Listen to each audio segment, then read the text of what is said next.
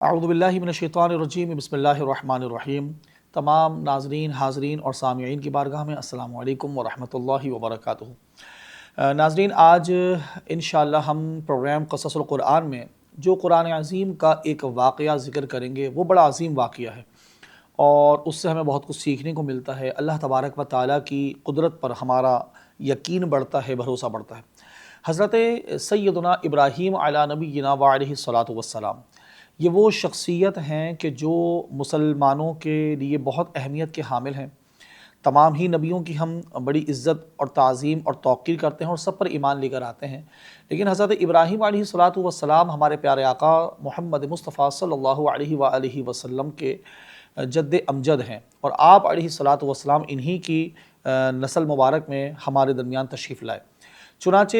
اس وقت دنیا میں موجود تین بڑے مذاہب، یہودی ہوں یا عیسائی ہوں یا مسلمان ہوں، ان تمام ہی کے نزدیک حضرت ابراہیم علیہ الصلاۃ والسلام بڑی معتبر اور بڑی عظیم شخصیت ہیں۔ حتیٰ کہ قرآن عظیم کے اندر کچھ مقامات پر دیکھا جائے تو یہودیوں نے یہ کہا جی کہ حضرت ابراہیم علیہ الصلاۃ والسلام یہودی تھے، اور یعنی اپنا ان کو بتایا۔ اسی طرح عیسائیوں نے کہا کہ وہ عیسائی تھے، تو پھر اس کا قرآن عظیم میں یہ جواب بھی دیا گیا کہ بھئی یہودیت اور عیسائیت یہ تو بعد کی ہیں، یعنی ابراہیم علیہ الصلاۃ والسلام کی نسلوں میں آتے ہوئے حضرت موسیٰ علیہ الصلاۃ والسلام پر توریت نازل ہوئی اور اس کو ماننے والے سارے یہودی کہلائے اور اس مذہب پر چلے۔ اسی طرح بنی اسرائیل میں چلتے ہوئے حضرت عیسیٰ علیہ الصلاۃ والسلام پر انجیل نازل ہوئی اور اس کو ماننے والے اور عیسیٰ علیہ السلام کو ماننے والے عیسائی کہلائے۔ تو پھر جو ان سے پہلے آ چکے ہیں حضرت ابراہیم علیہ الصلاۃ والسلام، وہ کیسے یہودی یا عیسائی ہو سکتے ہیں؟ الغرض بتانے کا مقصد یہ ہے کہ تینوں بڑے مذاہب جو اس وقت دنیا میں موجود ہیں، یہ تمام کے تمام حضرت ابراہیم علیہ الصلاۃ والسلام کی نبوت پر متفق ہیں اور آپ کی تعظیم اور آپ کی توقیر کو بجا لاتے ہیں اور اس کا اہتمام کرتے ہیں۔ چنانچہ آپ کا ایک بڑا پیارا واقعہ، کیونکہ آپ علیہ الصلاۃ والسلام بڑے بہترین توکل کرنے والے اللہ کی ذات پر اور بہت کمال کی توحید کو ماننے والے شخص تھے اور بڑے کمال کے موحد تھے، لہذا آپ کا ایک واقعہ ذکر ہے کہ حضرت ابراہیم علیہ الصلاۃ والسلام ایک جگہ تشریف لے جا رہے تھے اور آپ نے دیکھا کہ سمندر کے کنارے ایک لاش پڑی ہوئی ہے۔ اچھا، اب چونکہ سمندر کے کنارے لاش تھی اور کچھ ایسا وقت آتا ہے کہ جس میں سمندر سے پانی نیچے اتر جاتا ہے، اور پھر کچھ ایسے وقت آتے ہیں کہ سمندر کا پانی اوپر چڑھ جاتا ہے۔ تو جب پانی چڑھ جاتا، وہ لاش پانی کے اندر موجود ہوتی، تو جو سمندری جانور تھے وہ اس سے غذا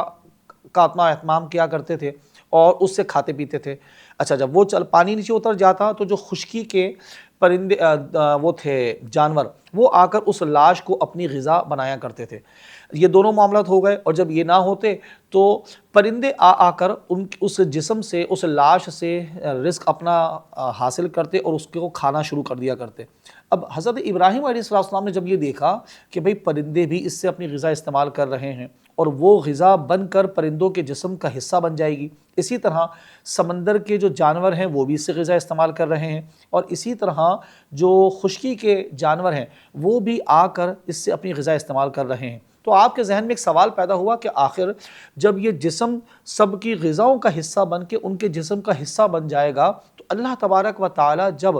لوگوں کو واپس پیدا فرمائے گا اور انہیں دوبارہ سے زندہ فرمائے گا تو وہ ہوگا کیسے؟ ایک اہم ترین سوال تھا جو کہ آپ کے ذہن میں آیا۔ تو آپ نے اللہ تبارک و تعالیٰ کی بارگاہ میں عرض کی کہ مجھے مالک تو یہ بات اپنی شان دکھا کہ تو کیسے لوگوں کو زندہ فرماتا ہے، تو لوگوں کو کیسے مردہ فرماتا ہے، تاکہ میرا اس پر یقین اور زیادہ بڑھ جائے۔ اچھا، روایات میں آتا ہے کہ ایک تو یہ طریقہ کار بیان کیا گیا اس سوال کا، پھر اسی طرح ایک طریقہ یہ بیان کیا گیا کہ جب اللہ تبارک و تعالیٰ نے حضرت ابراہیم علیہ الصلاۃ والسلام کو اپنی خلت عطا فرمائی، چونکہ آپ کا لقب ہے خلیل اللہ، اللہ کے خلیل، اپنی دوستی عطا فرمائی، تو اس جو آپ نے اللہ تعالیٰ نے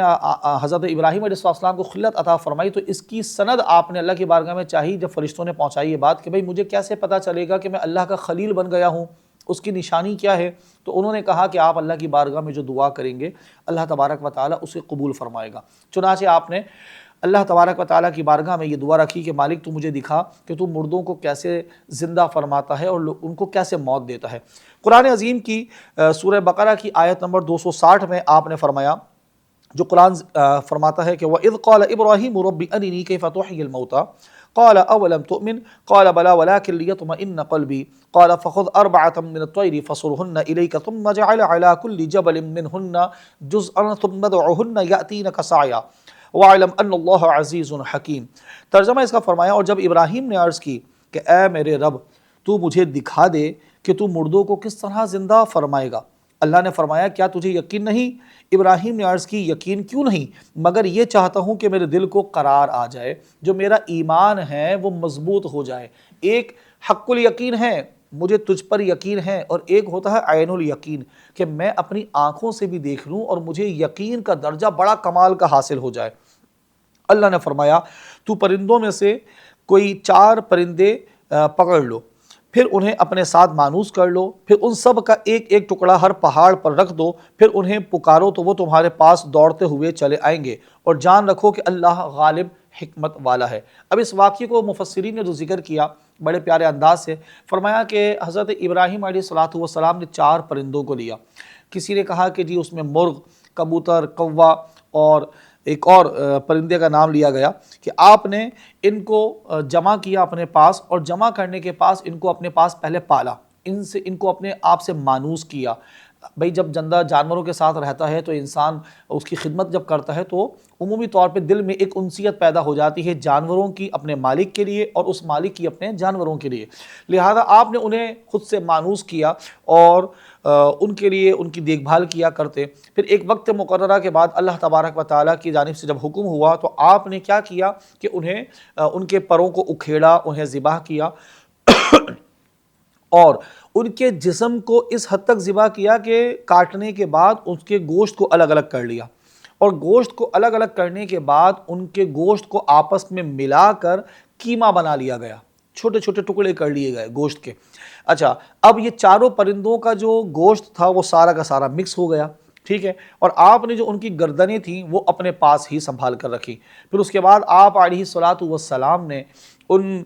جانوروں کو کیا کیا کہ ایک پہاڑ پر ایک حصہ اس گوشت کا جو کیما بنا ہوا تھا، دوسرے پہاڑ پر دوسرا حصہ، تیسرے پہاڑ پر تیسرا حصہ، اور چوتھے پہاڑ پر چوتھا حصہ آپ نے رکھ دیا۔ اب آپ دیکھیے ذرا غور فرمائیے ناظرین کہ کیسا کمال ہے کہ 4 پرندے، ان کے جسم کو کاٹ لیا گیا، گوشت کو کیما بنا لیا گیا، سب کو ایک دوسرے میں پیوست کر دیا گیا، ملا لیا گیا، مکس کر لیا گیا، اور اس کے بعد ان کے جسم کے اس ٹکڑوں کو حصوں کو اٹھا کر مختلف پہاڑوں پر رکھ دیا گیا۔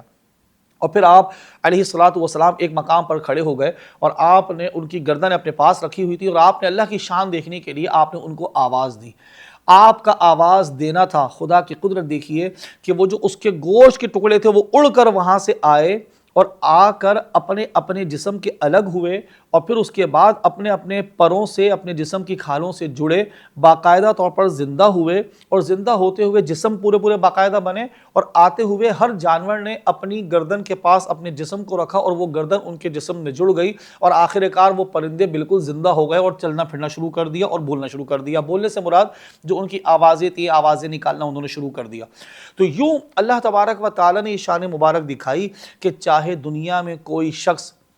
سمندر میں ڈوب کے مر جائے، کوئی شخص آگ میں جل کر مر جائے، کوئی اللہ نہ کرے کسی بلاسٹ کے اندر اس کے جسم کے ٹکڑے ہو جائیں، اس کا خون بہہ جائے، کسی ایک جاندار کو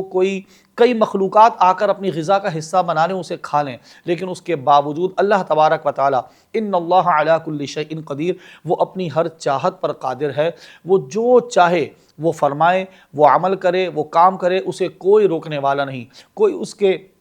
کام میں کسی طرح سے دخل اندازی نہیں کر سکتا۔ اور اللہ تبارک و تعالیٰ یہ شان مبارک ہے اس کی کہ پھر وہ واپس انسانوں کو زندہ فرمائے گا۔ یہ دنیا فانی ہے، کل من علیہا فان، ہر چیز فنا ہو جائے گی، وَيَبْقَى وَجْهُ رَبِّكَ ذُو الْجَلَالِ وَالْإِكْرَامِ، اور صرف اللہ تبارک و تعالیٰ کا، اس کی عظمت، اس کا جلال اور اس کا کرم باقی رہے گا۔ چنانچہ پھر اس کے بعد واپس سور پھونکا جائے گا اور پھر لوگوں کو واپس جمع کیا جائے گا۔ کل بروز حشر میدان حشر قائم ہوگا۔ سب سے پہلے پیارے آقا صلی اللہ تعالی علیہ وآلہ وسلم اپنی قبر مبارک سے، اپنے مزار مبارک سے اٹھیں گے، اور شیخین کریمین یعنی سیدنا صدیق اکبر رضی اللہ تعالی عنہ، حضرت عمر فاروق اعظم رضی اللہ تعالی عنہ وہاں سے اٹھیں گے، اور اس کے بعد پھر سب سے پہلے جنت البقیع والے اٹھیں گے، اور پھر اس طرح ہوتے ہوتے دنیا سے تمام قبرستانوں سے لوگ اٹھیں گے اور میدان حشر برپا ہوگا، اور پھر انشاءاللہ اس میدان حشر میں جو بڑا سختی کا عالم ہے، وہاں انشاءاللہ ہمیں حضور کی شان محبوبی دکھائی جائے گی، اور حضور کریم علیہ الصلوۃ والسلام کی شفاعت انشاءاللہ ہم سب کو نصیب ہوگی۔ اللہ تبارک و تعالی ہمیں اپنی ذات پر بھروسہ رکھنے کی توفیق عطا فرمائے، ہمیں یہ بات سکھا دے اللہ تبارک و تعالی کہ ہم اللہ کے بندے ہیں، اور اللہ تبارک و تعالی اپنی ہر چاہت پر قادر ہے۔ وہ کام جو بظاہر ہمیں ناممکن لگتے ہیں، یقیناً وہ اللہ تبارک و تعالی کے لیے ممکن ہے، اور وہ جو چاہے اس معاملے کو فرمائے، وہ چاہے تو بند دروازوں سے راستے نکال دے، وہ اس کی شان کریمی ہے۔ حضرت موسیٰ علیہ السلام جب تشریف لائے اور فرعون کا لشکر پیچھے آ رہا تھا تو سمندر تھا آگے، بظاہر راستے بند تھے، لیکن اللہ نے وہاں سے ان کے لیے 12 راستے بنائے۔ یوسف علیہ السلام جب دوڑے تو آپ نے دیکھا کہ دروازے بند ہیں، لیکن جہاں آپ دروازے کے قریب پہنچتے اس کے تالے کھل جاتے اور دروازہ کھل جایا کرتا۔ تو اللہ تبارک و تعالی اپنی ہر چاہت پر قادر ہے، وہ جو چاہے فرمائے۔ اللہ تعالی ہمیں علم و عمل کی توفیق عطا فرمائے اور اللہ کی ذات پر کامل بھروسہ عطا فرمائے۔ آمین وما علینا الا البلاغ المبین۔